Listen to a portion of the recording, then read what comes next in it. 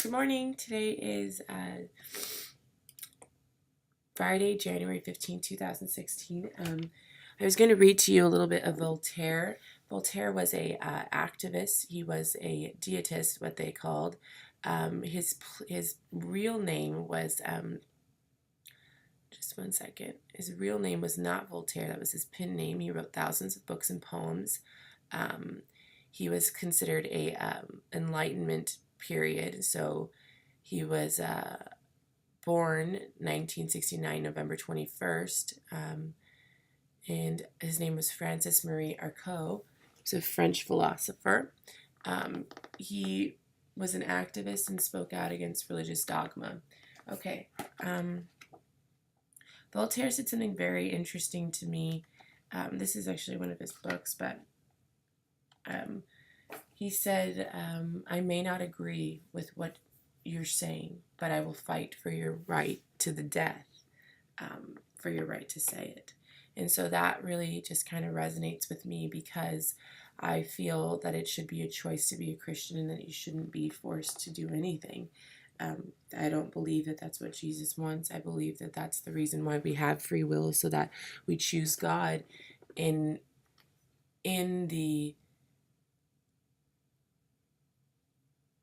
the idea that we have all these other options as well.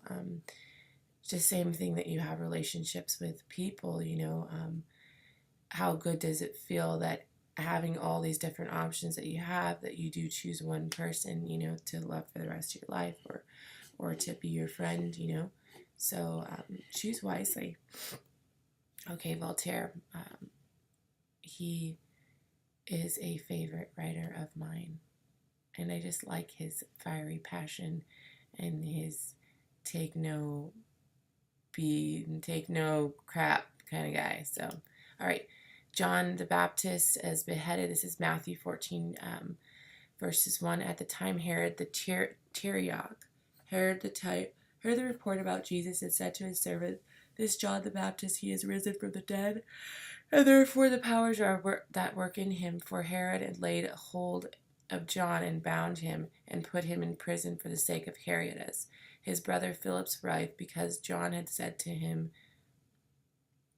"It is not lawful for you to have her." And although he wanted to put him to death, he feared the multitude because they counted him as a prophet. But as Herod's birthday was celebrated, the daughter of Herodias danced before them and pleased Herod. Therefore he promised with an oath to give her whatever she might ask. So she, having been prompted by her mother, said, Give me John the Baptist's head on a platter." And the king was sorry, nevertheless, because of his oath, and because of those he sat with, he commanded it to be given to her. So he sent for John beheaded in prison, and his head was brought to him on a platter to the girl, and she brought it to her mother, and the disciples came and took away the body and buried it and went and told Jesus. When Jesus heard it, he departed from the boat and deserted his place by himself. But when the multitudes heard it, they followed him out on foot in the cities. And then Jesus went out and he saw a great multitude, and he was moved by the compassion for them. And he healed their sick. When it was evening, his disciples came to him, saying, "This is a deserted place, and the hour is already late. Send the multitudes away, and they may go into the villages and buy themselves food." But Jesus said to them, "They do not need to go away. You give them something to eat." And they said to him, "We have only 5 loaves of fish and 2 fish." And he said, "Bring them here to me." When he commanded the multitude to sit down on the grass, he took the 5 loaves and 2 fish, and looking up to the heaven, he blessed it and broke and gave the loaves to the disciples, and the disciples gave the multitudes. So they all ate and were filled, and they took up 12 baskets full of fragments and remained.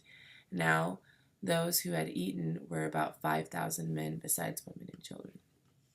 Cool. The next scene is Jesus will walk on the sea. Immediately Jesus made his disciples get into the boat and go before him into the other side, while he sent multitudes away. When he had sent the multitudes away, he went up on the mountain by himself to pray. And now, I'm so sorry, I'm tired now. When evening came, he was alone there. But the boat was now in the middle of the sea, tossed by the waves, for the wind was contrary. Now the fourth watch of the night, Jesus went to them walking on the sea. And when the disciples saw him walking on the sea, they were troubled and said, "Is it a ghost?"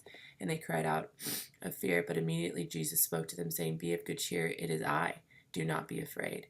And Peter answered him and said, "Lord, if it is you, command me to come to you in the water."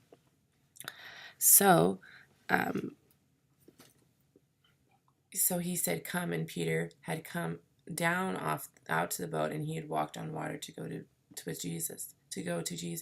But when he saw the wind was boisterous, he was afraid, and beginning to sink, he cried out, saying, "Lord, save me." And immediately Jesus stretched out his hand and caught him, and he said to him, "O ye of little faith, why do you doubt?" And when they got into the boat, the wind ceased. Then those who were in the boat came and worshipped him, saying, "Truly you are the Son of God." When they had crossed over, they came to him, the land of Gennesaret. And when the men of the place recognized him, they sent out into all surrounding region, brought to him all who were sick, and begged him that they might only touch the hem of his garment. And as many touched it, they were made perfectly well. How beautiful is that? Matthew chapter 15 is coming tomorrow. That was an amazing story, and it is illustrated many times and told in different ways. And there's a lot of sermons based off of Jesus walking on water, and when Peter starts to feel a little bit of trouble, he sees God in his sight, but he still has little faith. So I'm sure that's relatable to a lot of different things that go on in your life and mine as well.